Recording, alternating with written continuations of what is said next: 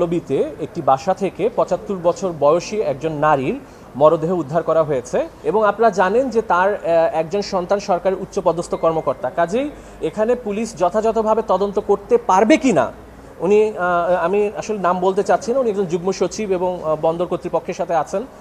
Police আসলে যথাযথ তদন্ত করতে পারবেন কিনা এই বিষয়টি আমরা সন্দিহান। এজন্যই আমরা এখানে তদন্তে চেয়েছি যে একজন ফার্স্ট ক্লাস ম্যাজিস্ট্রেট কর্তৃক যাতে এই মৃত্যুর সঠিক কারণটি নির্ণয় হয়। গতকালকে একটি হৃদয় বিদারক এবং অমানবিক একটি ঘটনা আমরা যেটা অবলোকন করেছি যে মিরপুর এক পল্লবীতে একটি বাসা থেকে ৭৫ বছর বয়সী একজন নারীর মরদেহ উদ্ধার করা হয়েছে। এই নারী তিনি একজন মা, তিনি ৩-৪ সন্তানের জননী।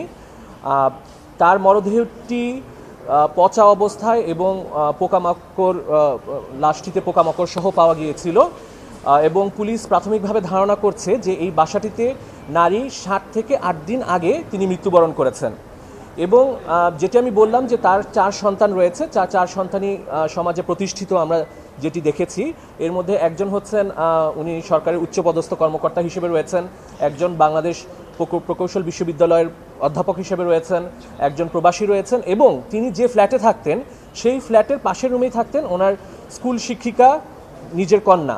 এই পরিস্থিতিতে এই অমানবিক ঘটনায় আমরা এবং এই প্রেক্ষাপটে আমরা একটি রিট পিটিশন দায়ের করেছি।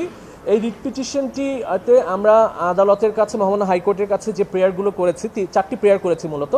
প্রথমটি হচ্ছে যে এই যে হৃদয় বিদারক অমানবিক ঘটনাটা ঘটেছে এখানে কোনো মানবাধিকারের লঙ্ঘন হয়েছে কি না, কারণ আপনারা জানেন যে Bangladesh universal declaration of human rights 1948 সালের যেটা আমরা সার্বজনীন মানবাধিকার ঘোষণাপত্র এটা স্বাক্ষর করেছে এবং এই ইউনিভার্সাল ডিক্লারেশন অফ হিউম্যান রাইটসে বলা আছে যে প্রত্যেক নাগরিকের বেঁচে থাকার অধিকার রয়েছে। এখন তিনি যেভাবে মৃত্যুবরণ করেছেন আপনারা দেখেছেন যে তার ঘরটি খুবই আবর্জনাপূর্ণ ছিল, নোংরা অবস্থায় ছিল এবং বসবাস অনুপযোগী ছিল এবং যিনি নার্স গিয়েছিলেন এখানে তিনি বলেছিলেন যে 1-2 বছর এই ঘরটি মনে হয় পরিষ্কার করা হয়নি।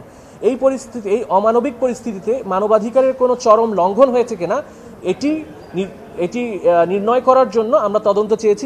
জাতীয় মানবাধিকার কমিশন আপনারা জানেন রয়েছে আমাদের বাংলাদেশে, জাতীয় মানবাধিকার কমিশন এই বিষয়টিকে তদন্ত করে তারা নির্ণয় করবে যে এখানে এই বৃদ্ধা নূরজাহান বেগম ওনার মৃত্যুতে কোনো মানবাধিকারের লঙ্ঘন হয়েছে কিনা।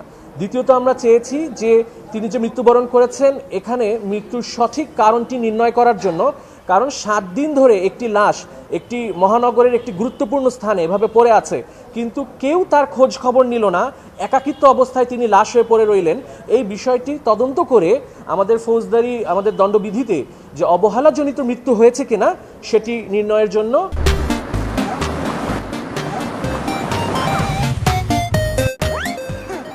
এবং তৃতীয় যে বিষয়টি আমরা কোর্টের কাছে চাচ্ছি সেটা হচ্ছে আপনারা জানেন যে প্রত্যেক উন্নত দেশে কেয়ার গিভার, যারা বয়স্ক রয়েছেন কেয়ার গিভার, তাদের পরিচর্যাকারী বা নার্স প্রদান করা হয় রাষ্ট্র থেকে। এটি রাষ্ট্র বা সরকারের দায়িত্ব যে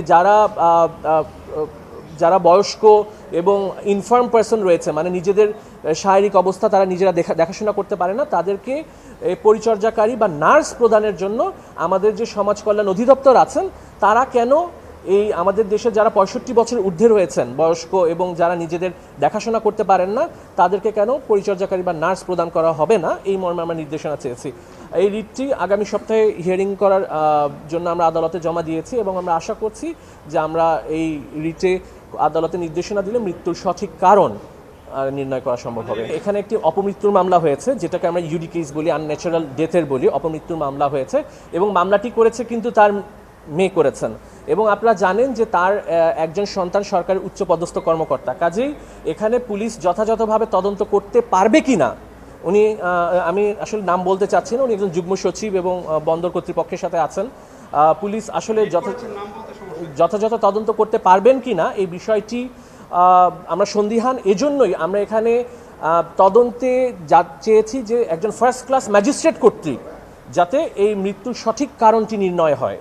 এবং আমাদের জাতীয় মানবাধিকার কমিশন, আপনারা জানেন যে জাতীয় মানবাধিকার কমিশন একটি পুরাতন সংস্থা, তাদের কাজ হচ্ছে এই সার্বজনীন মানবাধিকারের যে ঘোষণাপত্র এটিকে বাস্তবায়ন করা। বাংলাদেশে এই জাতিসংঘের এই মানবাধিকারের সনদপত্র যদি দেশে বাস্তবায়ন না হয়, একজন মানুষকে খাদ্যের অভাবে, চিকিৎসার অভাবে যদি মৃত্যুবরণ করতে হয়, এটি অবশ্যই যে কোনো দেশে, বাংলাদেশে না যে কোনো দেশে এটি চরম মানবাধিকারের লঙ্ঘন।